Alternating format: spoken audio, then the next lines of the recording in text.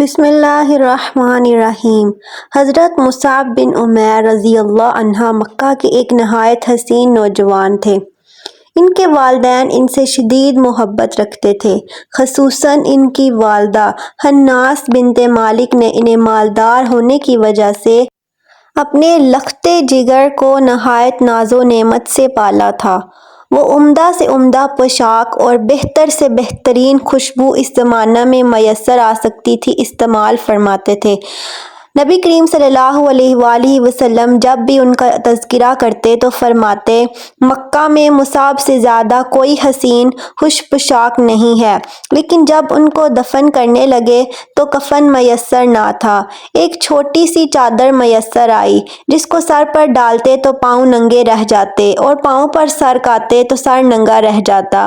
ان کی شہادت کی خبر جب نبی پاک صلی اللہ علیہ وآلہ وسلم کو دی گئی تو آپ صلی اللہ علیہ وآلہ وسلم تشریف لائے، اپنے پیارے ساتھی کی نعش کے قریب کھڑے ہوئے، آنکھوں سے آنسو روا تھے۔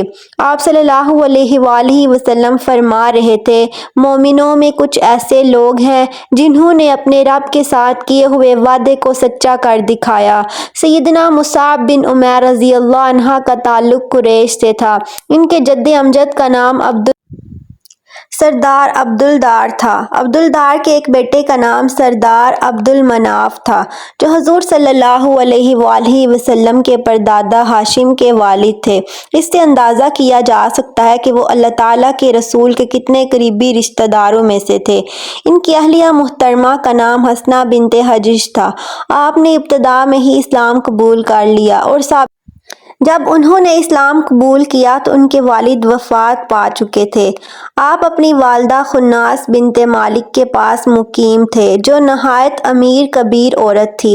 سیدنا مصعب رضی اللہ عنہ نہایت خوبصورت تھے، امیر والدین کے بیٹے تھے، نئی نئی پوشاکیں زیب تن کرتے تھے۔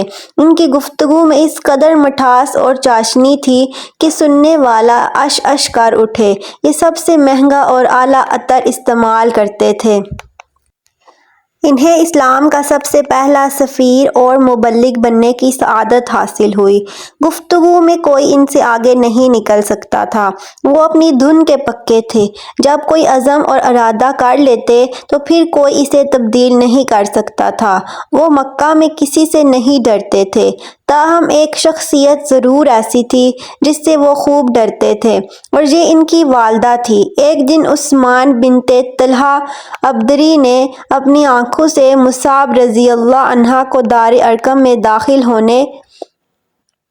ہوئے دیکھ لیا، اور پھر دوسرے دن دیکھا کہ محمد صلی اللہ علیہ وآلہ وسلم جیسی نماز پڑھ رہا ہے۔ عثمان نے جا کر ساری بات ان کی والدہ اور خاندان والوں کو بتا دی۔ جب ان کے قبول اسلام کا ان کی والدہ اور رشتہ داروں کو پتہ چلا تو والدہ نے تھپڑ کھینچا اور قریب تھا کہ اپنے بیٹے کو دے مارتی، مگر اشراف قریش میں سے ایک نے انہیں منع کیا، ہم ابھی اس کو سمجھا لیتے ہیں، یہ سمجھ جائے گا، تم اتنا زیادہ غصہ نہ کرو۔ لیکن یہ ان سے مرعوب ہوئے بغیر ان کو نہایت دل نشین انداز میں قرآن حکیم کی آیات سنانے لگے۔ والدہ خناس بنت مالک نے ان کو خوب سمجھایا اور ڈرایا، بالآخر لالچ بھی دیا، مگر یہ کوئی بات سننے کے لیے تیار ہی نہیں ہوئے۔ اس نے اپنے لختے جگر کو رسیوں سے باندھ دیا، خوب مارا، سارے طریقے آزمائے، مگر ان کے ارادوں کو نہ توڑ سکی۔ ادھر مسلمان حبشہ کی طرف ہجرت کر رہے تھے۔ سیدنا مصعب رضی اللہ عنہ بھی اپنی والدہ کو سے اوجل ہو کر اسی قافلہ میں شامل ہو گئے۔ کچھ عرصہ بعد واپس مکہ آ گئے۔ ان پر عرصہ حیات تنگ کر دیا گیا تو دوبارہ حبشہ چلے گئے، اور پھر ایک مختصر سی مدت کے بعد واپس مکہ تشریف لائے۔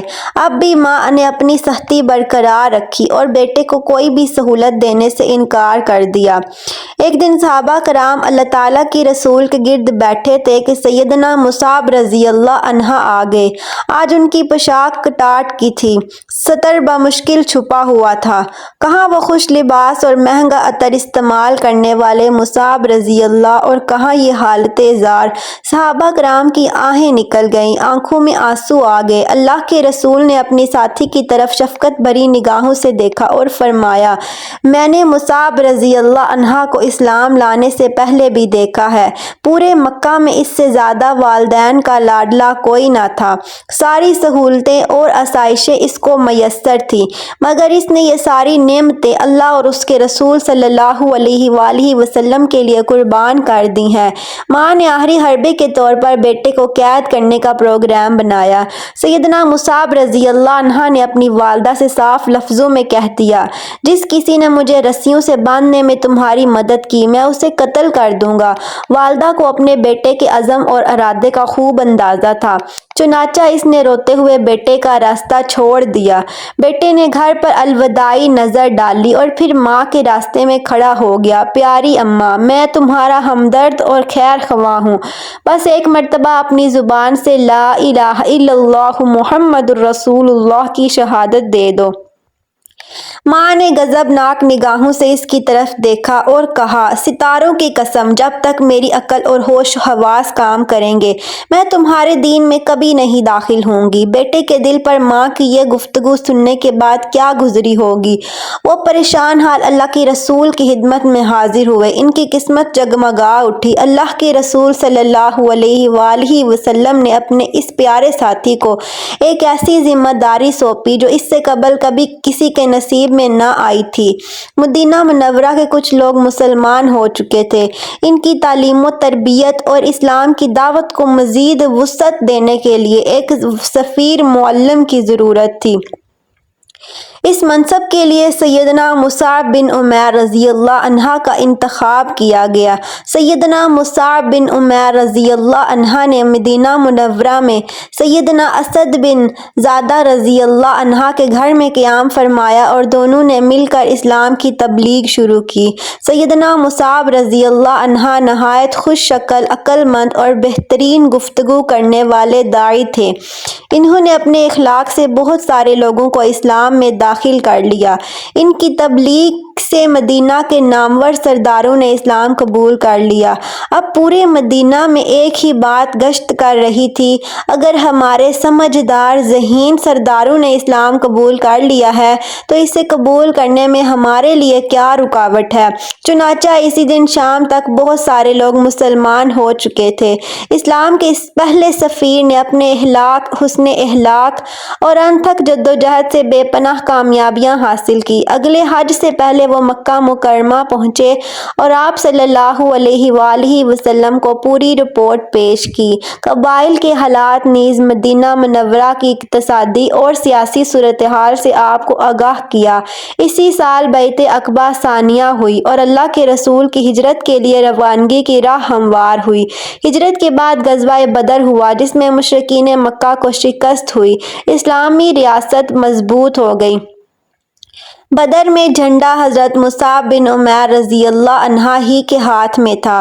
ابھی کچھ ہی عرصہ گزرا تھا کہ مکے والے ایک اور لشکر جرار لے کر مدینہ منورہ پر حملہ آور ہوئے۔ احد کے میدان میں آمنا سامنا ہوا۔ اللہ تعالیٰ کے رسول نے اس موقع پر مہاجرین اور انصار کو جھنڈے عطا فرمائے۔ ان خوش قسمت لوگوں میں سیدنا مصعب بن عمیر رضی اللہ عنہ بھی شامل تھے۔ جھنڈے کا ملنا ایک بڑی سعادت سمجھی جاتی تھی اور اس کی حفاظت کرنا اس سے بھی بڑی ذمہ داری تھی۔ سیدنا مصعب بن عمیر رضی اللہ عنہ اس ذمہ داری کو خوب سمجھتے تھے، چنانچہ احد کے دن آپ نے اس ذمہ داری کا حق ادا کر دیا۔ احد کی جنگ شروع ہونے لگی تو اللہ کے رسول صلی اللہ علیہ وآلہ وسلم نے اپنے ساتھیوں سے سوال کیا، آج مشرکین کا جھنڈا کس کے پاس ہے؟ انہوں نے بتایا کہ بنو عبدالدار اس جھنڈے کو تھام کر رکھنے کی ذمہ دار ہیں۔ آپ نے فرمایا، ہم اپنا جھنڈا بھی بنو عبدالدار ہی کے ایک نوجوان کے سپرد کریں گے۔ آپ نے فرمایا، مصعب بن عمیر رضی اللہ عنہ کو میرے پاس بلاؤ۔ جب وہ حاضر ہوئے تو آپ نے لشکر اسلام کا جھنڈا ان کے سپرد کر دیا۔ جنگ کے دوران یہ جھنڈا حضرت مصعب بن عمیر نے سنبھالا اور پھر اس کا حق ادا کر دیا۔ انہوں نے جھنڈا اٹھانے کے ساتھ ساتھ اللہ کے رسول کے دفاع کا فریضہ بھی انجام دیا۔ ابن کمالیشی آگے بڑھا، چونکہ مصعب کی شکل و شباہت اللہ تعالیٰ کی رسول سے ملتی جلتی تھی، اس لیے اس نے یہ سمجھا کہ یہ محمد صلی اللہ علیہ وآلہ وسلم ہے، اور موقع غنیمت جانتے ہوئے حضرت مصعب رضی اللہ عنہ کے داہنے ہاتھ پر زوردار وار کیا۔ ہاتھ کٹ گیا تو آپ رضی اللہ عنہ نے جھنڈا بائیں ہاتھ میں پکڑ لیا، پھر اس نے بائیں ہاتھ پر تلوار کا وار کیا، بایاں بازو بھی کٹ گیا۔ اس وقت آپ رضی اللہ عنہ یہ قرآن کی آیت تلاوت کر رہے تھے۔ اب سیدنا مصعب رضی اللہ عنہ نے کٹے ہوئے بازو کے بقایا حصوں کو سہارا دے کر جھنڈا اپنے سینے سے لگا لیا۔ اب کی بار ابن کمالیسی نے نیزے سے حملہ کیا۔ آپ رضی اللہ عنہ کی زبان پر مسلسل قرآن پاک کی آیت کریمہ کی تلاوت جاری تھی۔ نیزہ آپ رضی اللہ عنہ کے سینے سے پار ہو گیا، آپ زمین پر گر گئے اور اس کے ساتھ ہی شہید ہو گئے۔ شہادت کے وقت عمر مبارک 40 سال تھی۔ جھنڈا زمین پر گرا تو سیدنا علی رضی اللہ عنہ نے آگے بڑھ کر جھنڈا سنبھال لیا۔ معرکہ ختم ہوا۔ اللہ کے رسول صلی اللہ علیہ وآلہ وسلم اور دیگر صحابہ کرام کے ساتھ شہداء کو الوداع کر رہے تھے۔ ان صحابہ میں سیدنا مصعب بن عمیر رضی اللہ عنہ بھی تھے۔ سیدنا خباب بن ارت نے آنسوں کی برسات میں انہیں یوں نذرانہ عقیدت پیش کیا: ہم لوگوں نے محض رضائے الہی کی خاطر اللہ کے رسول صلی اللہ علیہ وآلہ وسلم کے ساتھ ہجرت کی، اس کا اجر و ثواب اور بدلہ یقیناً اللہ تعالیٰ سے ملے گا۔ ہم میں سے کچھ ایسے بھی تھے جنہوں نے ہجرت کا بدلہ دنیا میں بھی پایا، کچھ ایسے تھے جن کو کوئی مادی فائدہ دنیا میں حاصل نہ ہوا، جن میں مصعب بن عمیر بھی شامل تھے۔ جب ان کو دفن کرنے لگے تو کفن میسر نہیں تھا، ایک چھوٹی سی چادر میسر آئی جن کو سر پر ڈالتے تو پاؤں ننگے رہ جاتے اور پاؤں پر سرکاتے تو سر ننگا رہ جاتا۔ جب ان کی شہادت کی خبر نبی کریم صلی اللہ علیہ وآلہ وسلم کو دی گئی تو آپ صلی اللہ علیہ وآلہ وسلم تشریف لائے، اپنے پیارے ساتھی کی نعش کے قریب کھڑے ہوئے، آنکھوں سے آنسو روا تھے۔ آپ فرما رہے تھے: مومنوں میں کچھ ایسے لوگ ہیں جنہوں نے اپنے رب کے ساتھ کیے ہوئے وعدے کو سچا کر دکھایا۔ مصعب، تم میں مکہ میں دیکھا تھا، تم سے زیادہ نفیس لباس اور تم سے زیادہ خوبصورت بال کسی کے نہیں تھے۔ اب یہ وقت ہے کہ میں تمہیں دیکھ رہا ہوں، تم بکھرے ہوئے بالوں کے ساتھ ایک معمولی سی چادر میں لپٹے ہو۔ پھر اپنے تمام شہداء کی طرف ایک نظر ڈالی اور فرمایا: اللہ کا رسول گواہی دیتا ہے کہ تم قیامت والے دن شہداء میں اٹھائے جاؤ گے۔ پھر آپ صلی اللہ علیہ وآلہ وسلم نے صحابہ کو حکم دیا: مصعب کے سر کو چادر سے ڈھانپ دو اور قدموں کو گھاس سے ڈھانپ دو، پھر قبر میں دفن کر دیا۔